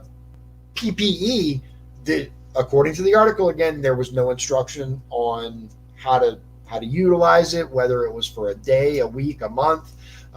There's insufficient communication there. So communication's the answer, you think? I believe, because here's the thing. That's the way it always was when I was there. If you were honest with somebody and you just told them, right, they're okay with that. They can deal with that. They know that their situation is. But exactly. Yeah, that's the thing. Wasn't there 2 incidents? Yeah, so the worst one is the one that recently happened that was in News Dispatch and so on. But before that, there was actually I think it's called the Westville Inquirer or Inquisitor. It's a Westville local paper that talked about the lack of PPE there and the high percentage of those that are tested coming back positive. It talked about offenders being afraid to speak, officers being afraid to speak. I actually, you know what? I'm going to get it and link it to you because it's really quite a scary. We'll do that after it's over. Put it on there. Yeah, I'll drop it in the comments after this is over at the end. But it again, at least when I worked at ISP, and I always tried to be straight up and honest with the guys because firm and consistent. Yeah, firm, fair, and consistent. You tell them, look, here's the deal, right?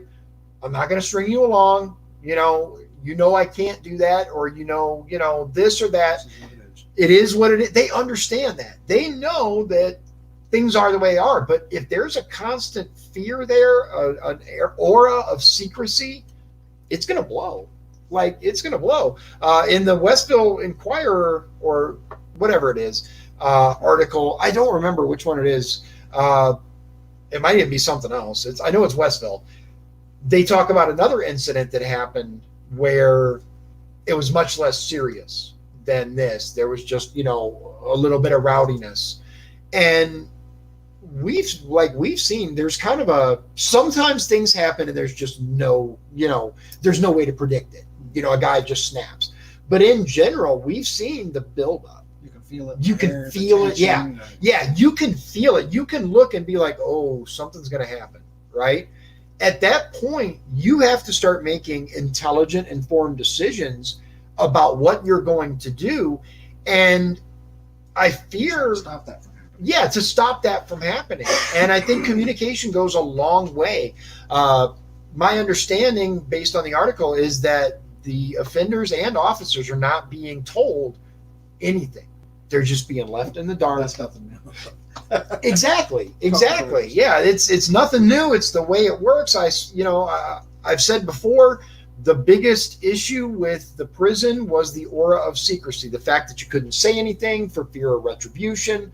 Next thing you know, you'd be in C cell house instead of working in a tower or whatever. Yeah, this. I don't really like the towers anyway. I was a little too hyper for all that. Yeah. It wasn't. Here's the thing: is. Okay, so you think communication is probably the big thing? Yeah, communication absolutely. would probably settle a lot of that down. I think it would. Just speaking to the guys as human beings, and not a mass casualty event type thing would go a long way.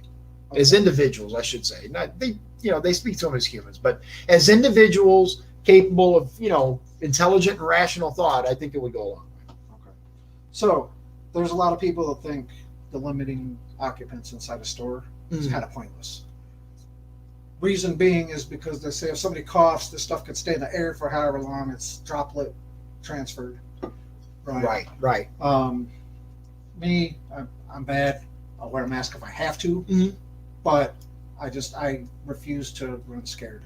Some people call it stupid, but I just can't run around wearing all this stuff all the time because honestly, I really don't think it's going to help a whole lot. Right. I mean, it could. I don't know. Yeah. I have that firm belief that I don't go out and try to do it. I'm not going up trying. I don't want to feel somebody's breath when they're talking to me. I'm not trying to get close to people. I wash my hands. I take care of myself. I do what I'm supposed to do. Yeah.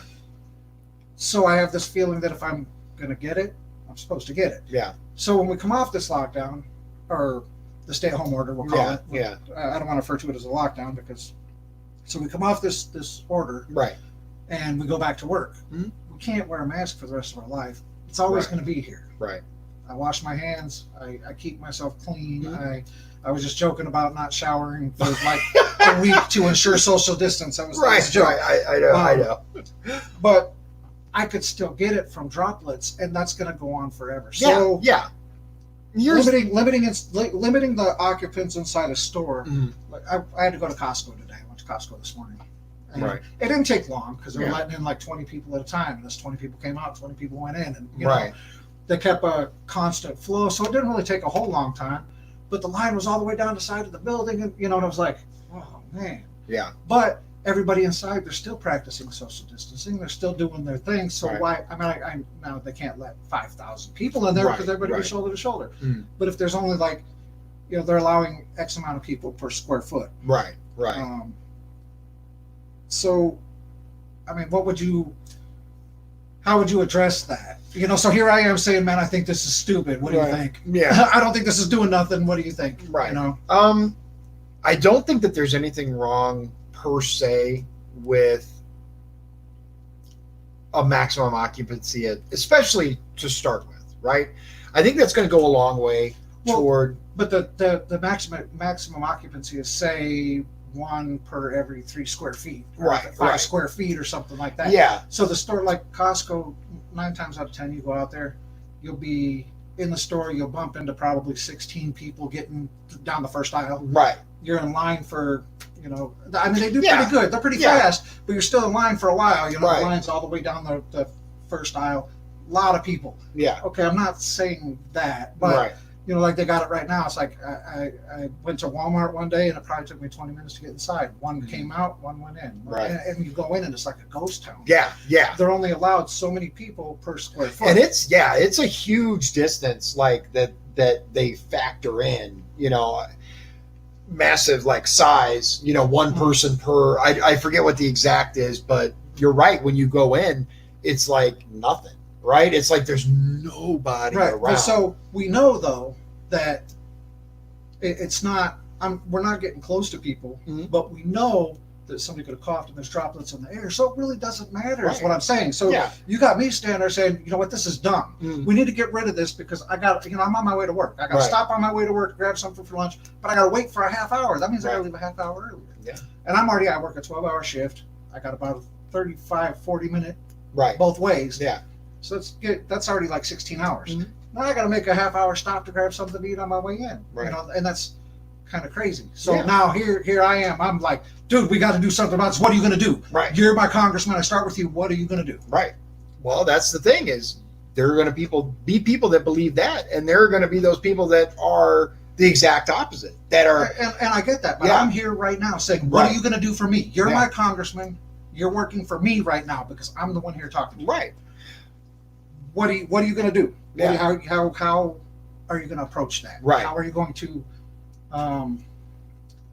deal with it and come to Yeah. a happy medium with everybody? No, You know what I mean? absolutely, absolutely. What are you going to take back to the governor? What are you going to tell him? Hey, Right. You know, Right. this is what I heard today. Yeah, You know? I understand that, you know, you're upset. You have every right to be upset because, you know, this is influencing your life. I think the thing to keep in mind here is we all have to get along. I understand your point of view that this isn't doing anything, and gas stations don't seem to have the same kind of requirement that. Well, I don't know, dude. Yeah. I went to get my oil changed today, and only 2 people were allowed in the. There Oh, was 2 really? chairs. Yeah. Oh wow, They could only okay, have 2 people in the chairs, and then they stopped at Family Express to get some Blistex. yeah, They had plastic things you could pull off to open the door, plastic Yeah. things you take out to punch buttons if Right. you're using a debit machine. I mean, I was like, wow, man, this is a lot of stuff. yeah. I did see that at Family Express, And for example. I'm not but- saying that I'm like this. Right. Don't get me wrong. I do get kind of frustrated sometimes. Right, you're because giving an example. You're, Yeah, you're kind I of get in a hurry, but yeah, I mean, because you're going to have to deal with people like this sometimes that are just like, hey, you Yeah. know, Oh, okay. yeah. Now, I wasn't like 100%, you know, like serious when I did this. Right, right. I went to the doctor to pick up a prescription one time, and she came out and she's like, you know, you really need to give us more than a day's notice, you know, because I emailed them that morning. I was Right. like, hey, I need to pick up my prescription today. Right, And it's because I've been working and, you know, whatever. right. And I just kind of looked at her. I'm like, wait a minute. I'm like, when I come in here, you guys bill my insurance, right? Y'all get paid. I pay my copay. You're working for me. Yeah. You know, and I was just, and there's people with that attitude, and there's people There that are. are going to be like that. There are. Like, hey, what are you going to do for me? Right. How come you seem to be working for all these other people? What are you going to do for me? Yeah. So how would you address that? How would you deal with it? That's actually a really great point. So the thing to understand is that when you are a representative for the people, you're a representative for all the people. And there are going to be those that are, you work only for me, right? There are those people who might believe that, at least for this moment, you work only for me. And I have to represent those people as well. Here's the thing is let's use the most extreme of it, and let's say that this pandemic was the worst case scenario, that it did everything that the news media claimed it would do. You would still have those people that were like, this is inconveniencing my life, it has to stop right now, and they would march into the office or pick up the phone and say, fix it now, right? And you have to be able to deal with those people. I would tell them, and as calmly and honestly as I could, I understand that you're being inconvenienced, but unfortunately, these are the rules that have been set down. But number one, I don't have any control over those rules. As a federal, as a congressman, I can't tell the governor, change this.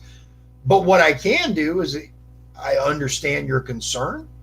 But couldn't you take that to the governor? Absolutely. Getting all these complaints. Yeah, absolutely. Could I pick up the phone and to the governor's office and be like, listen, Eric, exactly. How would you handle that? Yeah. That's what I'm asking you. Yeah. What would you do? Well, I think if I'm getting a constant barrage of complaints, just like, look, you have to take it seriously when a large portion of the population shows up in front of the governor's mansion and says, reopen Indiana, right? Hasn't that already happened? That's what I'm saying. Yeah. Yeah. Yeah. You have to take that seriously. Just like you have to take seriously the people that show up at, your office demanding, hey, you have to do something about this. You might work for the federal government, but we live in Indiana. You live in Indiana. Fix this. You're representing me. That's exactly. How people look at it. Everybody is kind of like, you work for me. Right. You also work for him. But right now, I don't care about him. Don't care, right? I'm inconvenienced, so I want you to be working for me. Right. And yeah. Yeah. And look, here's the thing too with that is I think actually that my experience at the prison helps in that regard, because there were plenty of times when there were guys that were like 99% sure that they were going to hurt somebody that day. Right. And I was like 90% sure that this was going to end up bad. And I was able to talk them down off of that ledge, as it were. I'm sure you've been there. 90% sure it wasn't me that was going to get hurt. Right. But still, nonetheless, yeah. You see it and you're like, oh, okay, this is going to go bad, right? E-Squad's about to have to get called or whatever. But I was able to talk those people down. I was able to say, look, man, I understand you're angry. I understand you're frustrated. Let's talk about how we can fix this realistically. Let's talk about what my options are to help you. I'm going to go through them. Here's what I can do. What would you like me to do? I will absolutely pass along your frustration and anger to the governor, and I will tell him that the citizens in Indiana are getting fed up, that we need to open this state up because we have people that are losing their livelihood. So, we have people that are losing their lives because of this. Okay, so that's that part. Okay, so you answered that. You Right. Communicate with the governor. Yeah. Basically, the natives are getting restless. Oh, yeah, absolutely. So obviously getting restless. They're They're yeah. protesting all over the place. Groups are getting broke up in parking lots. Now, when this whole thing, when it started, I used to, because I would come down 20, I would go through the car wash, wash all that junk off my car. Right. There was always like a car club or something in the parking lot out there by Sonic. Yeah. And I mean, they were like huddled. They'd be all, and I'm like, I'm looking, I'm like, what the heck's going on here? And they're saying, I got to stay at my house and this is what's happened. Right. I didn't understand. Yeah. Right.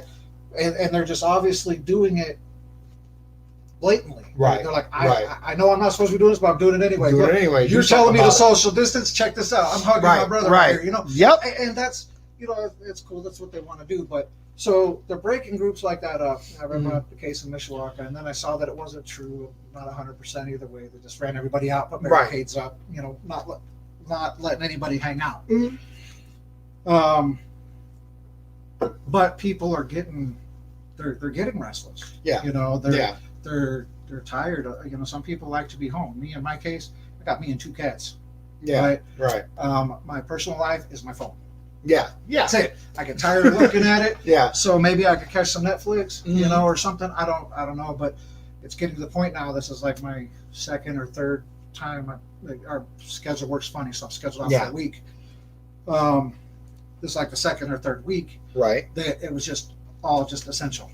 So anything I do, I try to group everything together. If I want to, I drink a lot of those protein shakes, Right. healthy living or whatever. Okay. I think ours is a healthy life Laporte. Mm-hmm. So I'll go there and I'll get a shake and I'll stop at. I've heard good things about them. Oh man, is it good? Oh yeah. man, yeah, I've heard really good things about them. Yes, they're very good. They just got a new one, MC Nutrition over there by AT&T, and like Myers Park. Yeah, over there. They have one in the square. Yeah, sure. I've been to the one in the square. Okay, I'm not sure where that one is. I just know it's up in the square. Yeah, it's right across from the water department, I think. Okay. Right in that area. Right. But yeah, awesome. And if you are struggling with a sweet tooth, but you want to stay healthy, yeah, perfect. They got all kinds of flavors. Some people really don't like them. I was really surprised. I got somebody told me one time too expensive. They didn't taste good. I haven't had one that didn't taste good. Fair enough. Fair enough. Okay. It's got the Ralph seal of approval. Yes. Yeah. Good to know. So that being said, so now it's like so many weeks that yes, I do get out of the house because there's stuff that I have to do. Right. But I kind of bunch. Shake, is that totally essential? Absolutely, I need to eat. Right. Yeah, you have to eat. Right. But I'll bunch that up with the trip to the grocery store or whatever. So if I go out at 9 o'clock in the morning, I'm back by 10 o'clock in the morning, and now I'm there. Right.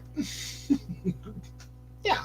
Yeah. And it's starting to get to the point where I'm like, I don't know how long I can do this. Right. So how do you respond? How do you deal with your people that are getting to the point now where they're just like, you know what?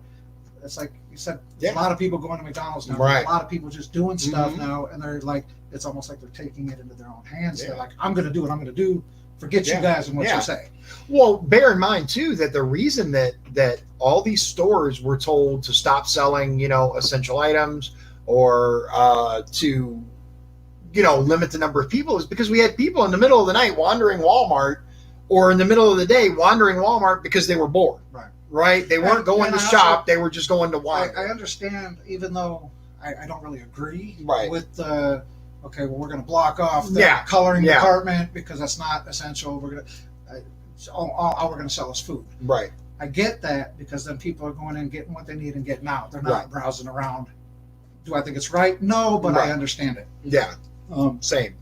So, but how do you deal with these people like me that I usually keep a bald head? Yeah. Not trying to grow my hair out just so I can pull it out. Right. Right. No, I hear you. So you got a couple cats. They're not very good conversationalists. Right. I pet one, but it didn't say nothing. Right. Yeah. The same way. They're pretty quiet. Yeah, they're pretty quiet. I got one that'll talk to you for hours. As long as you say, meow to him, he'll meow back at you. It's really. Oh yeah. What about that one? Yeah, his name's Dagger. He'll talk to you. Absolutely. All right. But so it really just comes down to treating people like people, right? Not treating them like idiots and telling them, we'll just stay home and everything's going to be fine. Understanding that I guess it just comes down to empathizing, right? So you have the governor who you see the governor, he's out every day. He's doing these press conferences and these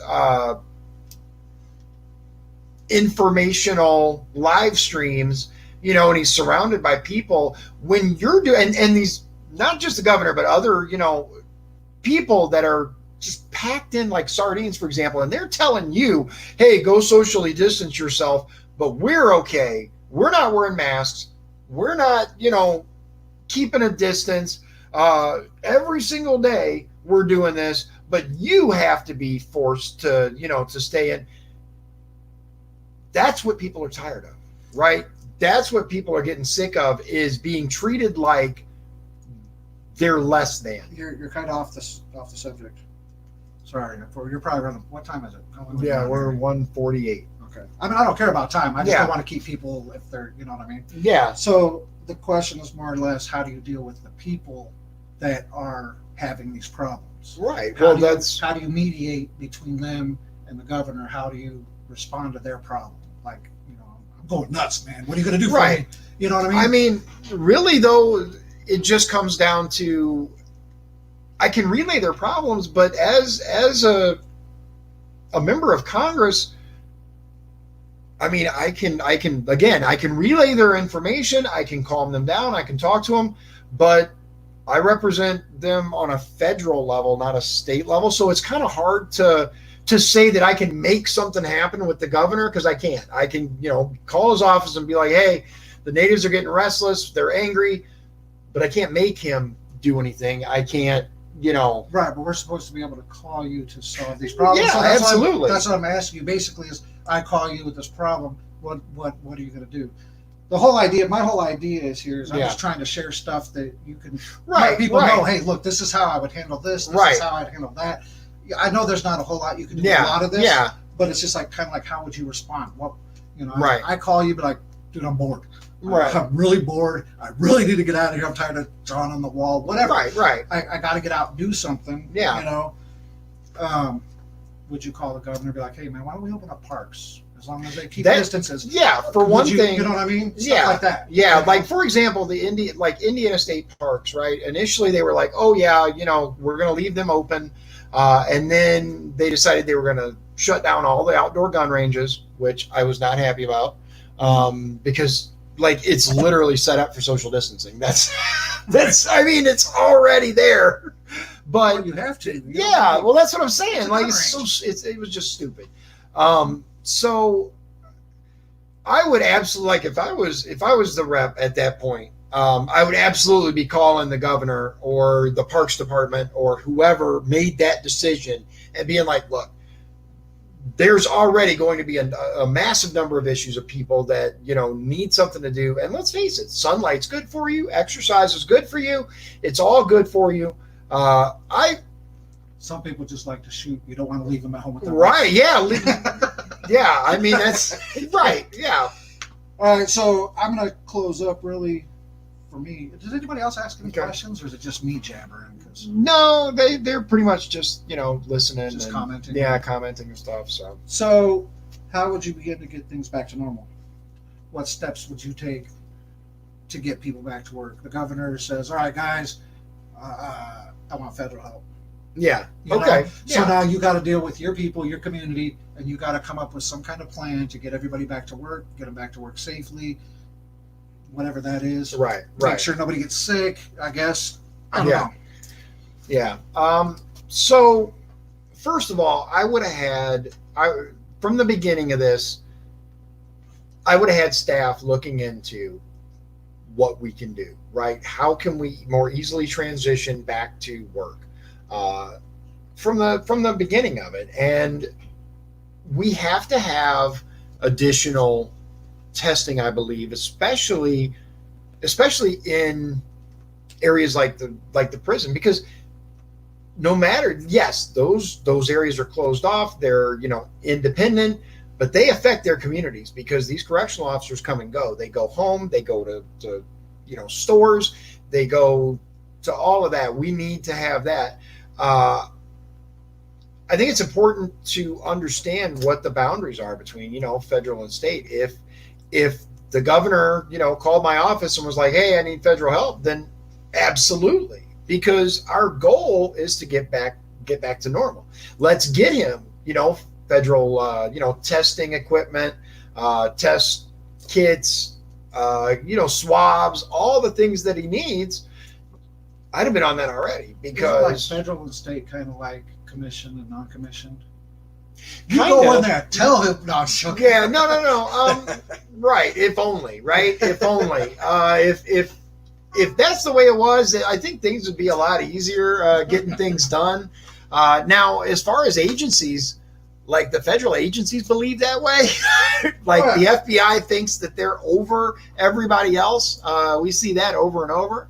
But yeah. So we're going to close up. We're close to 2 hours. It went longer than I expected. So if you stuck in all the way, then wow, well done. Well done for our marathoners. It's kind of long-winded. How do you guys think you did? Right. Let us know in the comments. I want to see what you did. Everybody's like, I'm asleep. Right. I think we got people that drifted off. I know Paul's still with us. He said DNR when we were talking about what shut stuff down. So we got We got some likes. We got this.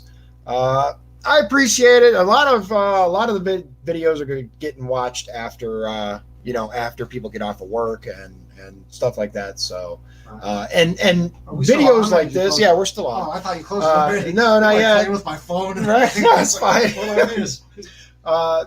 So when you get a chance, watch it. Break it up into small segments if you like. The thing about lives is there's not a lot of editing I can do to kind of splice it together for you. I'm going to try to get somebody to get on that and kind of break them down into maybe smaller, easier to digest segments. Paul said, "Thanks, Ralph. You did killer." So yeah, absolutely.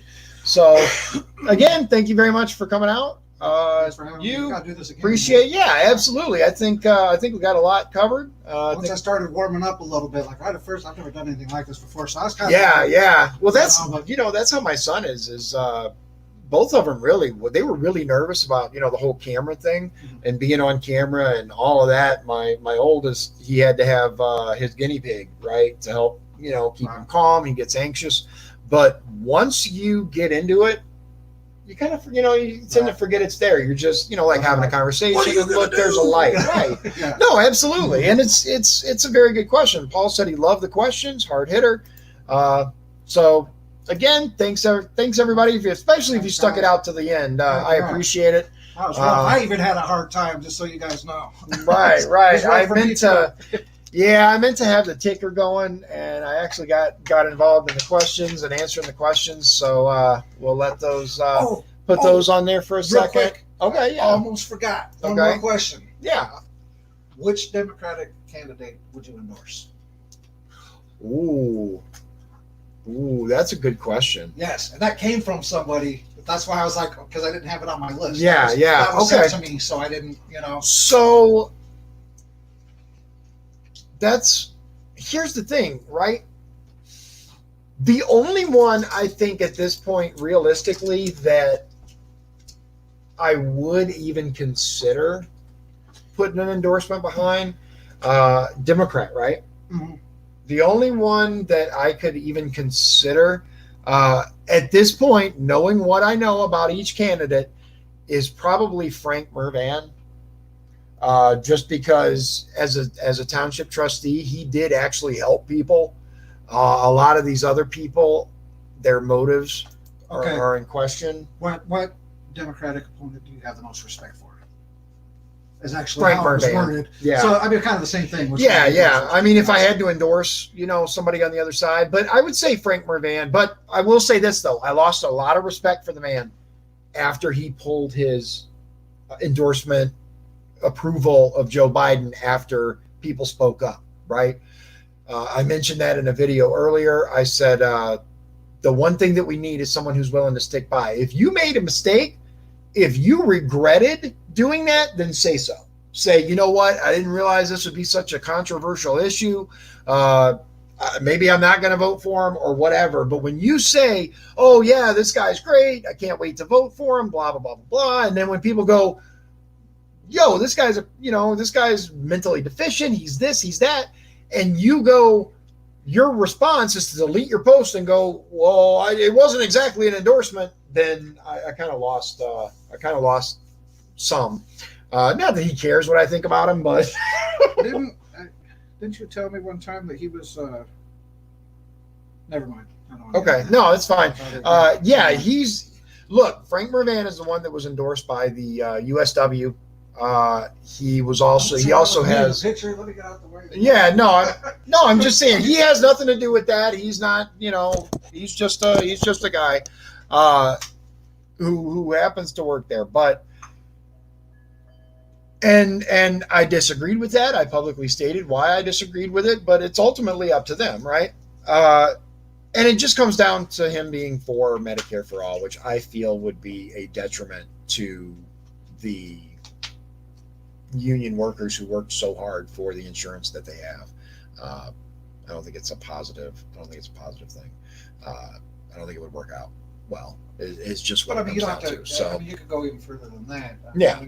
Don't even put it. It's just a union. Yeah. There's other people out there too that do have benefits that it might Oh yeah, yeah. Or, Not just you know, the benefit, not there are not people just that the would help out union. a lot. There, oh, absolutely, But there's and a lot that's of people why. that it was kind of a Right. No, that's the thing with Medicare for all is there's so much to consider. There really is. It's not an easy issue to look at and go, oh yeah, that's definitively this or that, because there's so much to it. There's so many numbers. There's so much math. There's economic issues there. So there's a ton to get into with that. so here's But a good one. okay. I got one more question. This one's going to put your head on the chopping block. You ready? Okay. All right. Here we go. Okay. Medicare for all is proposed. Okay. Congress, Senate, Speaker, President, everybody. Right. Medicare for all means Medicare for all, right? Right. So they should have to take this insurance. Mhm. So I don't know about the whole Affordable Health Care Act, but Right. the way it looks, I don't think that was a issue for them. No. They have a whole separate deal. Right. Yep. The Affordable Health Care Act came down to the people. Right. Right. Right. So, but if it's Medicare for all, Right. then it should be Medicare for all. I agree. Yeah. So Now, I will say that is whatever plan is enacted should be across the board. Congress should absolutely be subject to it. They should be subject to the same exact stuff we are. So at the 2-hour mark, I'm going to bid you adieu and say thanks for tuning in. We will see you tomorrow on another episode of Dion's Daily Dose. And got a special guest for you on Wednesday, Joe Haney. I will put that out. Actually, I'm going to put both video links out tonight, both tomorrow's, which isn't going to have a guest. I might bring Donovan on or Orion if he's not working. I'm not sure what his schedule is. I'll find out. So thanks for sticking in, and we'll see you tomorrow. God bless you, and God bless the United States of America.